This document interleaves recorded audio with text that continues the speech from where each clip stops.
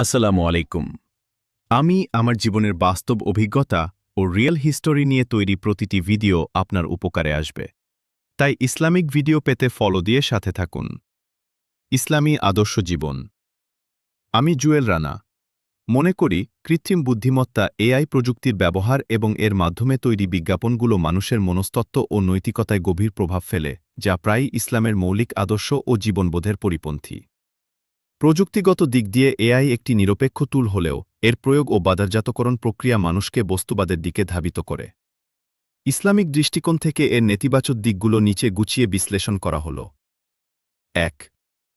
পর্দাহীনতা ও বেহায়াপনা বিজ্ঞাপনে প্রায়শই নারীদেরকে অনৈসলামিক ও অশালীন পোশাকে উপস্থাপন করা হয়।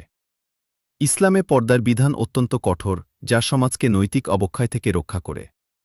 এআই জেনারেটেড বিজ্ঞাপনগুলো প্রায় এই সীমারেখা লঙ্ঘন করে মানুষের মধ্যে হায়া বা লজ্জাবোধ কমিয়ে দেয় এবং ফিতনা সৃষ্টি করে। ২. মিথ্যা ও প্রতারণার আশ্রয়ে বিজ্ঞাপনগুলোতে অনেক সময় মিথ্যা তথ্য, অতিরঞ্জন বা ডিপফেক প্রযুক্তি ব্যবহার করা হয়। ইসলামের দৃষ্টিতে ব্যবসা ও প্রচারণায় মিথ্যাচার এবং প্রতারণা মহাপাপ। কোনো পণ্য বিক্রি করার জন্য পণ্যের দোষ ত্রুটি গোপন করা বা অতিরঞ্জিত গুণাগুণ প্রচার করা সম্পূর্ণ হারাম। সেজন্যই আমি একজন মুসলিম হিসেবে এআই প্রযুক্তির এই অপব্যবহার থেকে বাঁচতে হলে ব্যক্তিগত সচেতনতা, বিজ্ঞাপনে ব্লক বা ফিল্টার প্রযুক্তির ব্যবহার এবং কুরআন সুন্নাহর জ্ঞানে নিজেকে সমৃদ্ধ করা আবশ্যক।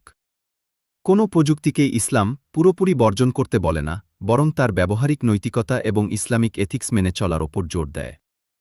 প্রযুক্তির ভালো দিকগুলো গ্রহণ করে ক্ষতিকর দিকগুলো থেকে নিজেকে বিরত রাখাই মুমিনের প্রকৃত বৈশিষ্ট্য।